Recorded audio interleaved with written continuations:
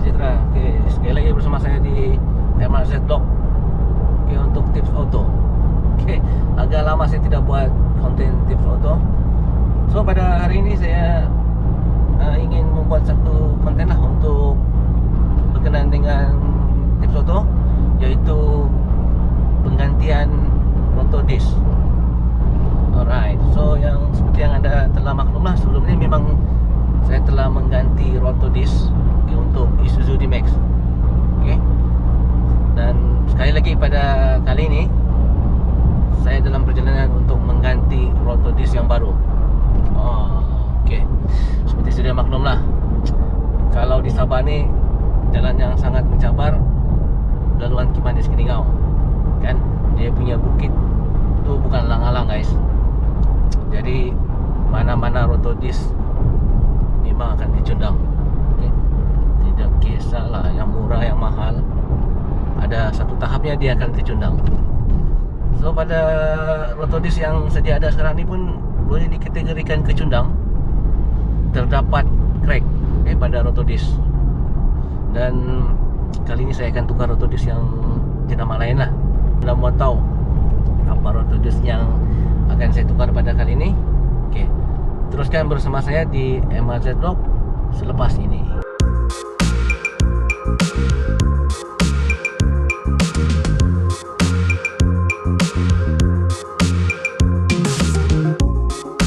Okey, assalamualaikum dan salam sejahtera semua. Akhirnya saya telah sampai di Keningau guys. So kali ini saya merentas daerah lagi sekali lagi ya, untuk mencari stok. Stok rotor disc. So akhirnya saya jumpa di Keningau, di AutoCare di Keningau, satu-satunya kedai yang ada stok lah. So brand apa yang saya gunakan pada kali ini adalah DBA. DBA, Disc Brake Australian T3.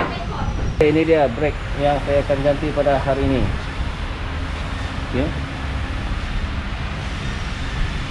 DBA T3. So harap-harap benda ni menahan lagi untuk beberapa tahun. Okey, sekejap lagi proses penggantian rotor disc akan dilakukan. So itu dia rotor disc yang akan dipasang ke Isuzu D-Max saya. Okey. So sebelum ini saya menggunakan rotor disc run stop. Okey, setahun lebih. Akhirnya kecundang juga di Jalan Bukit Kimanis. So kita coba pula DBA T3, bagaimana performanya. Harap-harap dia lebih tahan lah daripada run stop. Okey, ini dia proses pembukaan rotor disc lama. So inilah dia proses penggantian rotor disc yang lama yang akan diganti dengan yang ini, yang baru. So untuk Isuzu D-Max ni seperti biasalah, kena cabut bearing. Okey, sebelum dikeluarkan dia punya rotor disc yang lama, bearing kena keluarkan. Berbeza dengan kereta-kereta lain. DBA T3, DBA T3 daripada Disc Brake Australia. So ini untuk kategori hardcore juga lah. Okay. Dia tidak mempunyai lubang, tapi dia mempunyai parit-parit lah, sekeliling dia ni. So apa yang menjadi harapan, harap-harap dia tahan lah. Okay. Dapat 3 tahun pun okey. Mungkin kamu ada di antara anda mungkin yang ingin mengganti DBA rotor disc T3. So harga di sini saya dapat dalam 1.600 lah. Okay, agak mahal sebenarnya dibandingkan dengan run stop, tapi menurut rekan-rekan yang telah pernah menggunakan DBA, performanya agak lebih baik. So bagaimanapun kita cobalah, harap-harap performanya betul lah, lebih tahan daripada run stop yang saya telah guna sebelum ni, di mana dia punya remokan telah pun crack.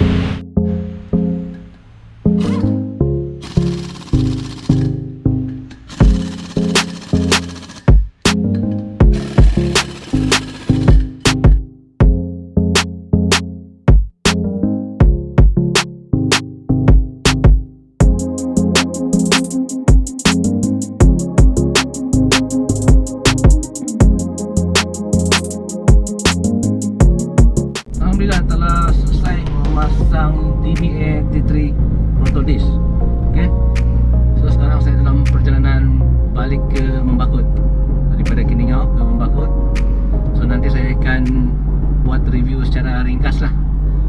mana performance DBA T3 ni. Okey. Adakah ia sama seperti rotor run stop yang saya pakai sebelum ini, ataupun lebih ataupun kurang? Okey. Kalau tengok harga, lebih kepada DBA lah harganya. Tapi kita tengok macam mana performance-nya. Okey, adakah dia tahan panas? Cengkamannya lebih. Okey. Sebab ada yang mengatakan DBA T3 ni macam biasa-biasa saja. Ada yang cakap itulah. Dia cakap turun bukit licin. Maksudnya tidak mencengkam lah, kan? Jadi kita cuba sendiri macam mana performance-nya.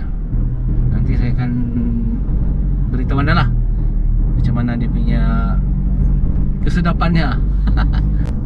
Okey, tadi sebenarnya selain saya ganti DBA disc brake tu, saya sekali ganti dengan piston brake lah. Sebab piston brake saya tu pun sudah macam apa ni, dia punya permukaan tidak rata. Okey, sudah berkarat-karat itulah. Sebab hari tu saya pernah servis piston brake tu dan sudah nampaklah dia punya permukaan tu sudah tidak rata. So tadi alang-alang sudah buat kerja, buka sekali. Dan kebetulan juga tadi waktu buka brake tu getah dia leaking keluar minyak. So bila dibuka getah tu diganti, tengok lagi piston brake tu sudah tidak cantik permukaannya. Jadi alang-alang tadi saya ganti sekali lah dengan piston brake. Sebab kalau tidak mengganti piston brake, brake anda boleh jadi jam. Kalau jam tidak berjalan tu okey, jangan dia jam masa turun bukit kan, ataupun sebagainya lah. Sebab bagi saya brake ini merupakan nyawa anda.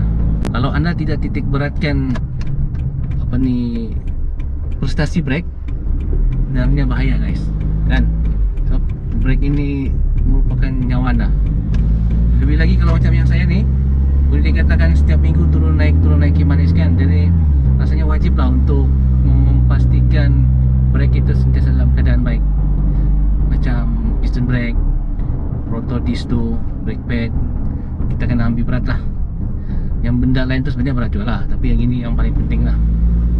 Okey, jangan ke mana-mana. Teruskan menonton video ini sampai habis. Okey, sekejap lagi saya akan menuruni Bukit Kimanis. Jumpa lagi selepas ini. Okey, sekarang saya sedang menuruni bukit. Okey, yang kalau anda tahu yang start daripada tempat Arnab tu. So sekarang saya sedang menuruni bukit menuju ke Kimanis.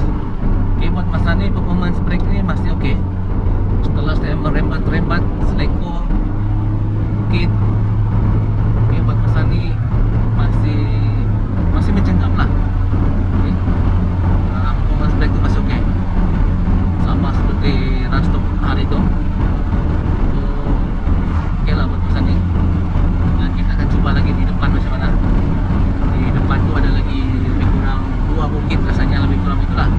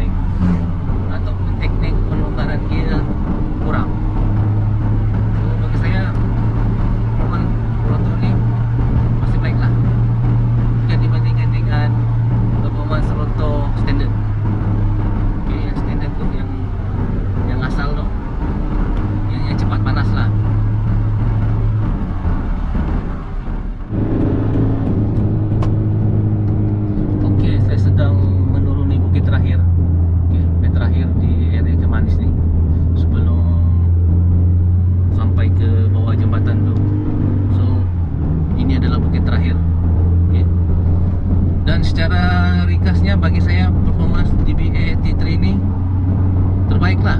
Okay? Terbaik buat masa ni, tahan panas. Okay? Dan saya rasa ada yang menyatakan brake yang dia gunakan sama dengan macam yang saya gunakan ni, katanya licin. So bagi saya salah. Okay? Saya tidak pasti macam mana cara dia menggunakan brake tu. Mungkin pada pendapat saya brake pad yang dia gunakan tu mungkin bukan high performance lah rasanya, yang biasa-biasa. So sebab itu mungkin dikatakan licin. Sebab secara logiknya bila sesuatu brake pad itu menjadi panas ataupun terbakar, maka jengkaman sesuatu brake itu pun boleh menjadi menurun sebenarnya. Bukan kita bergantung terus kepada rotodis itu, okay? Tapi kita juga kena ambil maklum berkenaan dengan brake pad. Okay?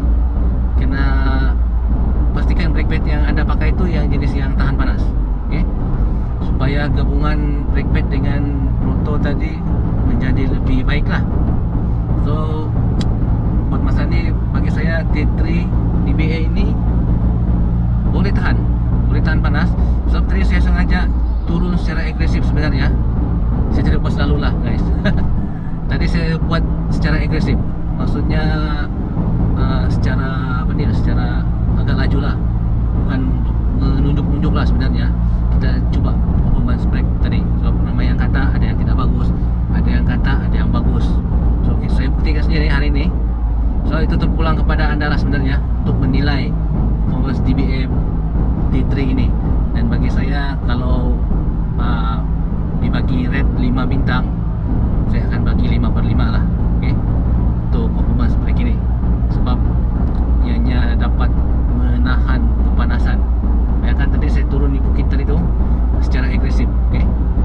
Saya gunakan gear 3, gear 4, gear 3, gear 4 secara agresif menurun di bukit.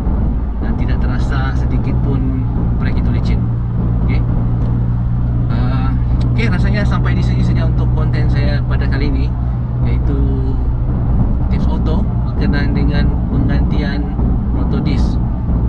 Pada anda yang baru saja mengikuti saya di MRZ Vlog, jika anda suka dengan channel ini, jangan lupa subscribe, like, share dan aktifkan button lonceng supaya anda tidak ketinggalan konten-konten terbaru daripada MRZ Vlog. Mungkin insyaAllah saya akan buat di part kedua mengenai performance brake ini. Okay? So macam ramai yang bertanya, apa tujuan mengganti rotodis yang ada parit-parit, yang ada lubang-lubang. So nanti saya akan buat di part kedua lah akan datang untuk menjelaskan kepada anda semua kebaikan-kebaikannya lah. Okay, sampai jumpa lagi. Assalamualaikum dan salam sejahtera. Bye bye.